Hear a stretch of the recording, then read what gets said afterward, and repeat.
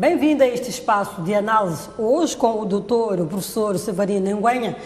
O doutor Severino Nguenha publicou recentemente um texto feito com o doutor José Castiano, onde chamou os problemas que o país atravessa, os problemas sociais, económicos, políticos, de terceira via. Doutor, o que é isto de terceira via?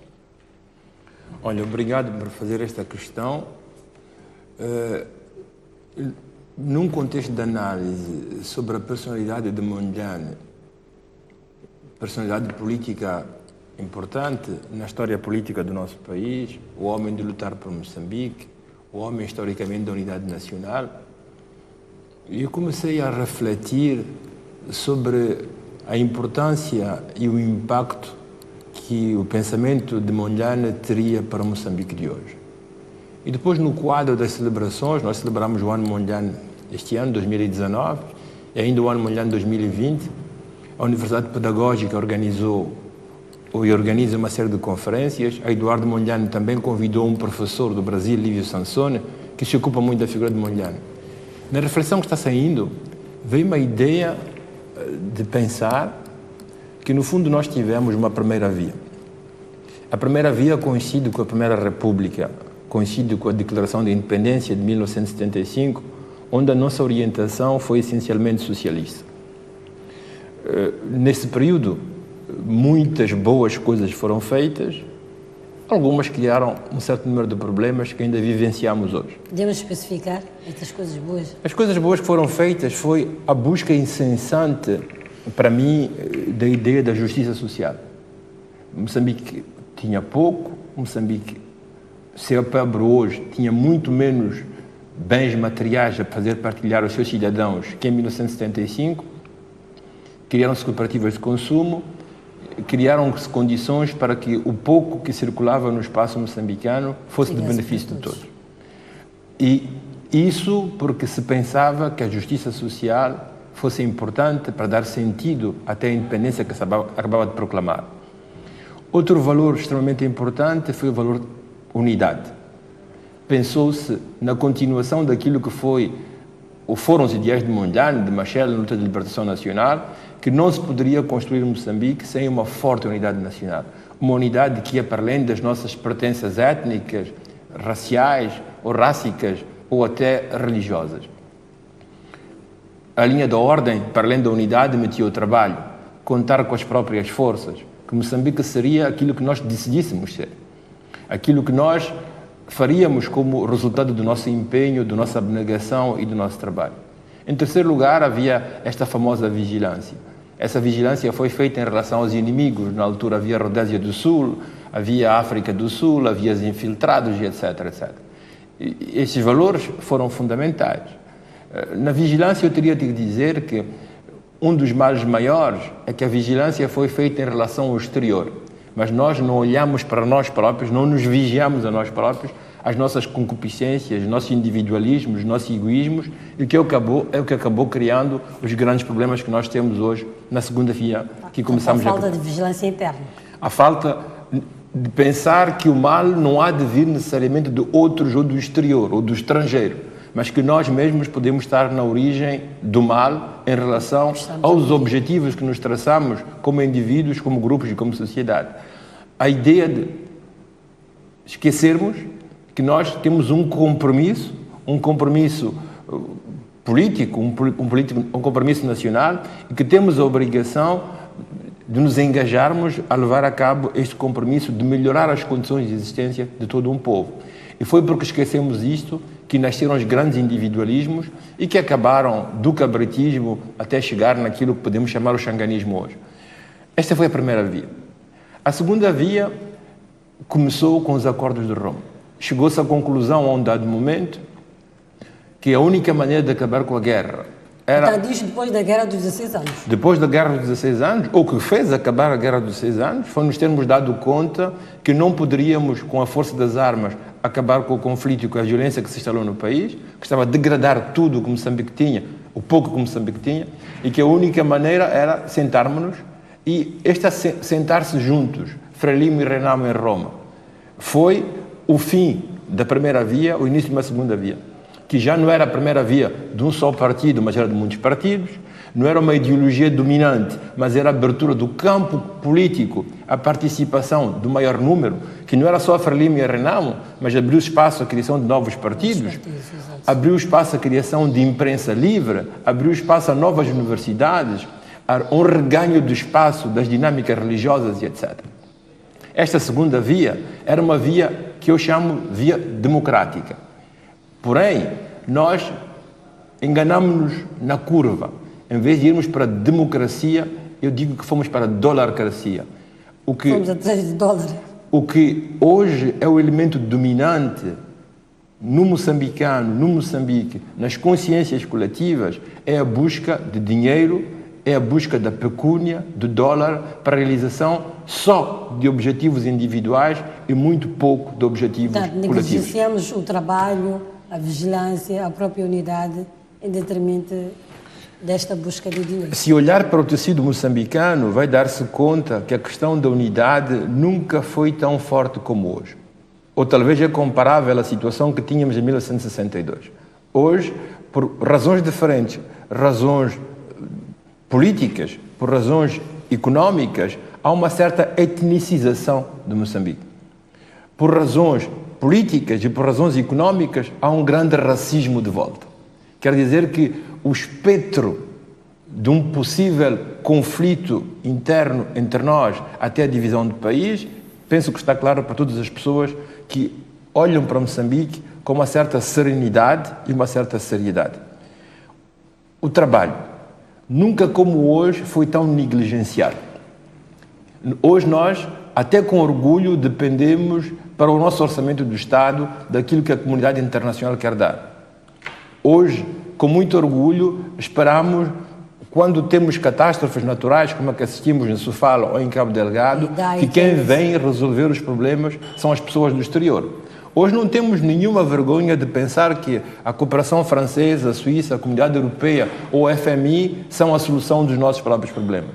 Pior de tudo é que a corrupção da qual nós falamos, o tal xanguinismo, como eu chamo, se é verdade que ele é um mal intrínseco, porque pessoas ousaram levar aquilo que era para benefício de todos, para o benefício de alguns, se é um mal, porque Moçambique fica endividado de uma maneira trágica e drástica, não só para o Moçambique de hoje, mas para gerações futuras, ainda um mal pior. É que nós deixamos perceber aos jovens que têm hoje 14 até 20 anos que o sucesso da vida não depende do trabalho, do sacrifício, da abnegação, mas com o malabarismo, as boladas pagam.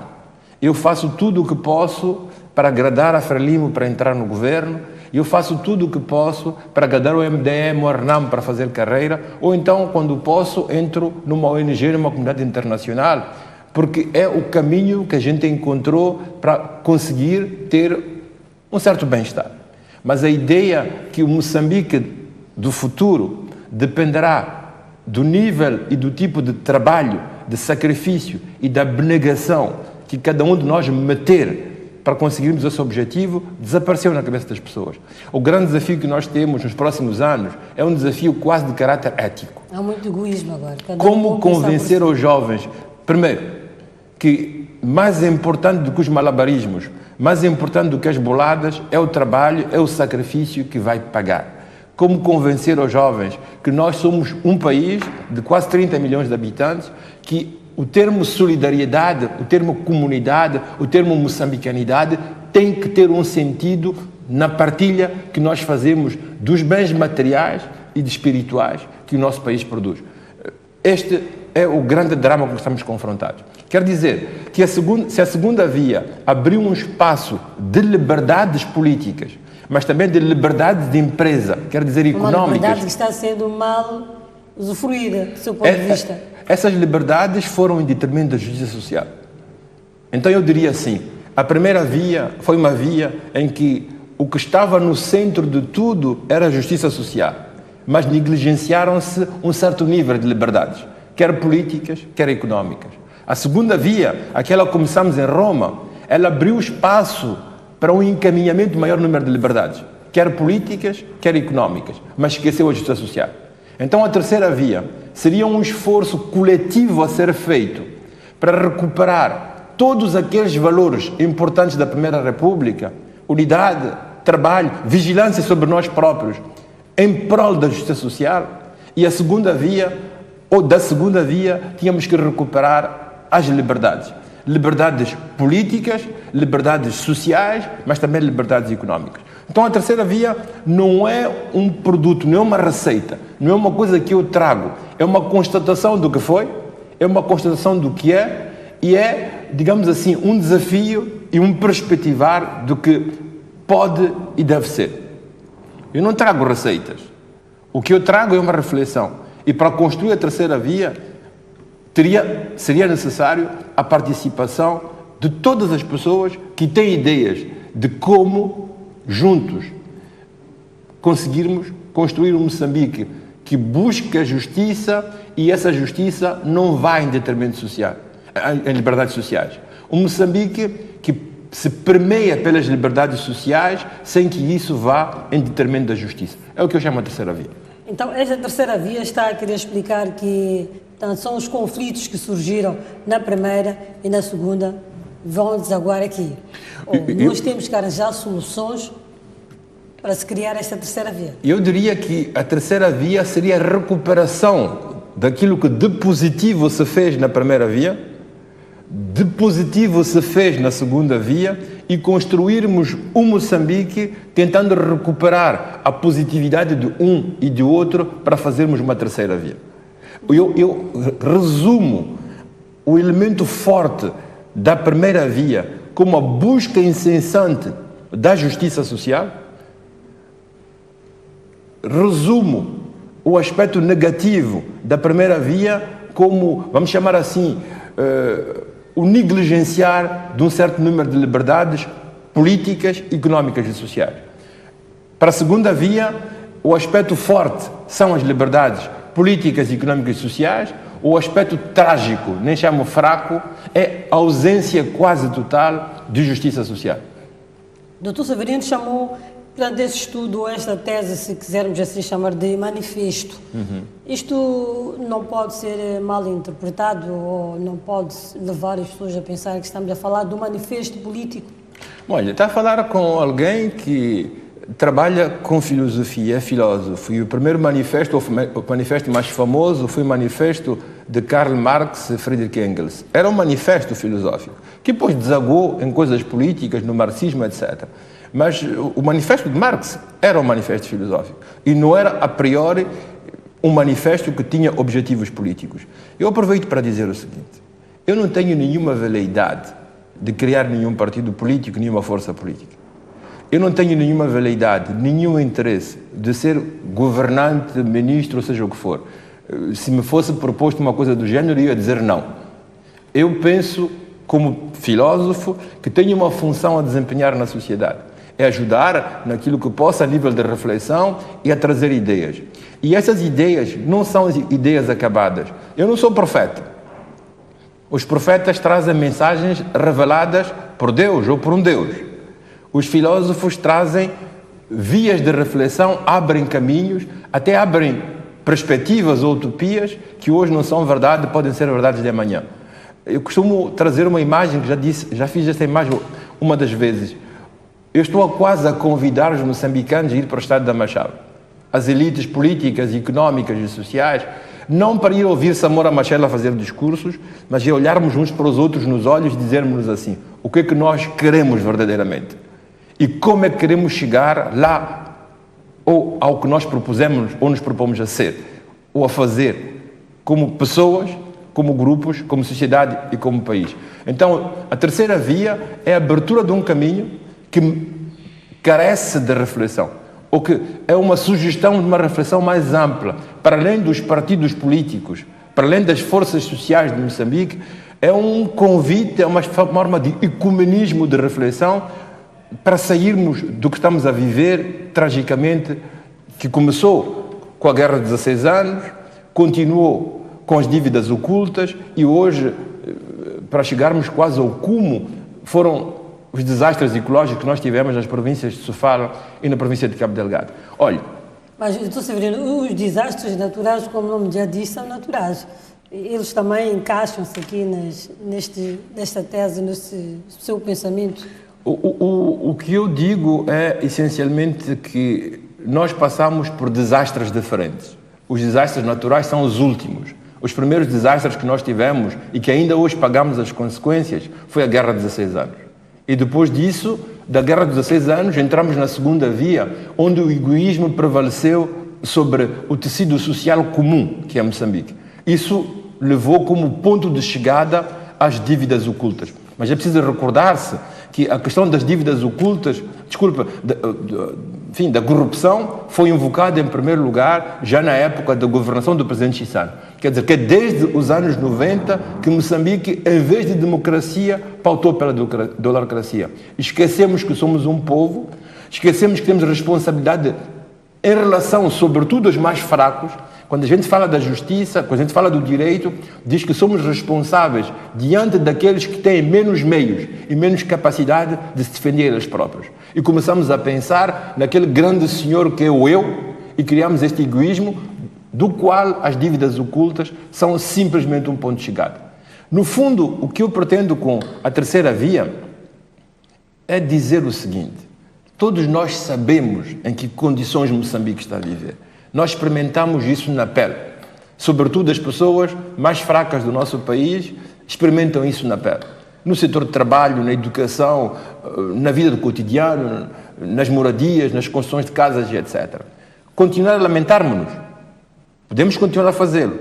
Continuar a pensar que o único responsável é o Xang, ou o Guebuza, ou as pessoas que estão na cadeia, ou aqueles que ainda não estão na cadeia, mas deveriam estar, não nos leva absolutamente a nada. É preciso começarmos a encontrar vias alternativas. Exatamente. Encontrar então, soluções. Já temos o nosso tempo limitado. Eu termino por colocar essa questão. O que é necessário, então, para pôr em prática esta terceira via? Se é uma solução, estas ideias constituem até certo ponto de solução para aquilo que estamos a viver, o que é necessário? A minha é uma proposta, a minha é a ideia daquilo que é necessário fazer para sairmos do que estamos a assistir e a viver na pele no cotidiano, encontrarmos caminhos alternativos para redirecionarmos Moçambique para uma via positiva.